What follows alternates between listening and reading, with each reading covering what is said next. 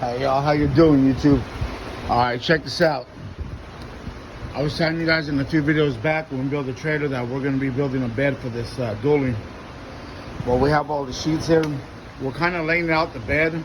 We bought a crane for the bed already.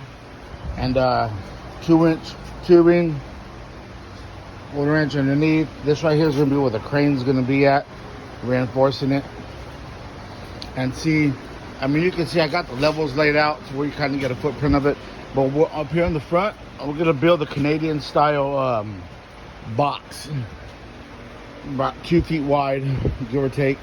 Then the machine, then the air compressor, then another job box, then the box here. We can fit a box in there. We're going to fit a box in there as well. And maybe a slide out table. I'm not sure about all the slide out table yet. But you can see right there, see, we went and bought that utility bed right there. I was going to slap the utility bed on there. But you know what? I want a flat bed. So I'm going to go ahead and sell that bed I bought. I bought it dirt cheap anyways. So here's a truck.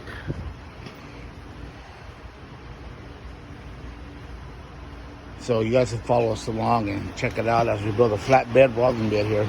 So we're gonna custom make a box too to fit under here. The truck did have airbags. We took them off. They're right there. They're no good. They're wore out.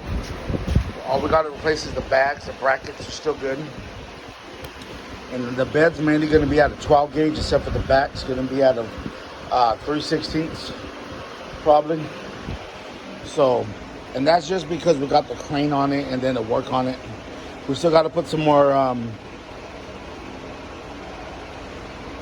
framing in between. So, and then the back of the bed will come down like this. It'll come down and taper, go like that by the hitch and up. Then we're going to have some LED lights in it. We're going to have the license plate recessed. And then we're also going to have some receiver hitches on there for the vise and a rollout wheel. It's not going to be a pipeliner's bed, welding bed, because I'm not a pipeline welder. I'm a welder fabricator. You know, I do a lot of custom ornamental iron work. I do repair work on farm equipment, you know, implements, scrapers, stuff like that.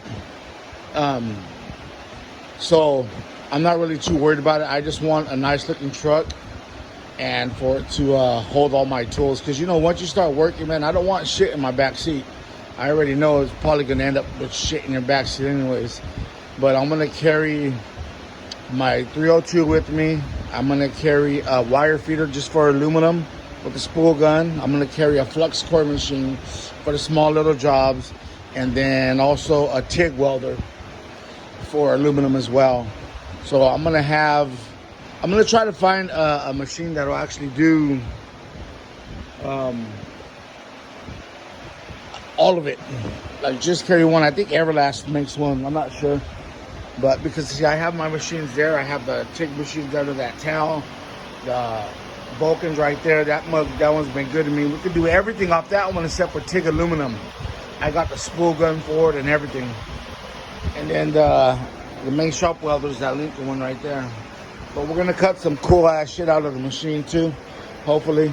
So you guys stay tuned, and then we'll show you guys where we're at day by day. Hey y'all, how you doing? A little update here on the bed.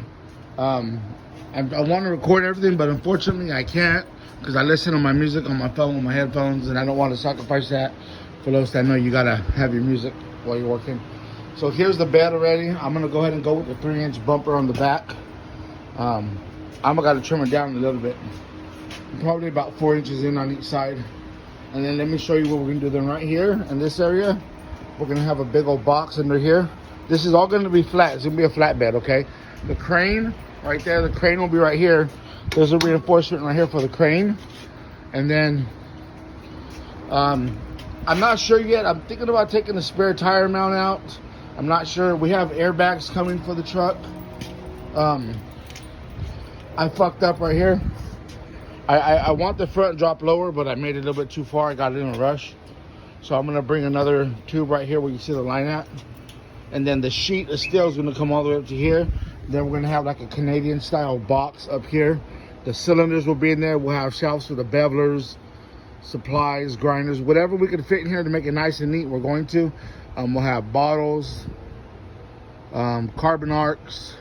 I'm not sure if I'm gonna put the welding leads in there yet. We'll have the torch and all that. And then right here in this area will be the machine. And then we're gonna have another job box right here. Then on that side over there at the end where the level's at, that's gonna be where the air compressor goes. And then obviously there's that. I still need to put some hitches in here for a vise. I don't plan on doing a rollout wheel. I don't know yet if I'm gonna put a V-block in it. I might. I'm gonna go buy a 1/4-inch plate for the back. And what I'm probably gonna do is just have them break a V into it with a lip. Probably about a 3-inch lip with the V so we can clamp shit down.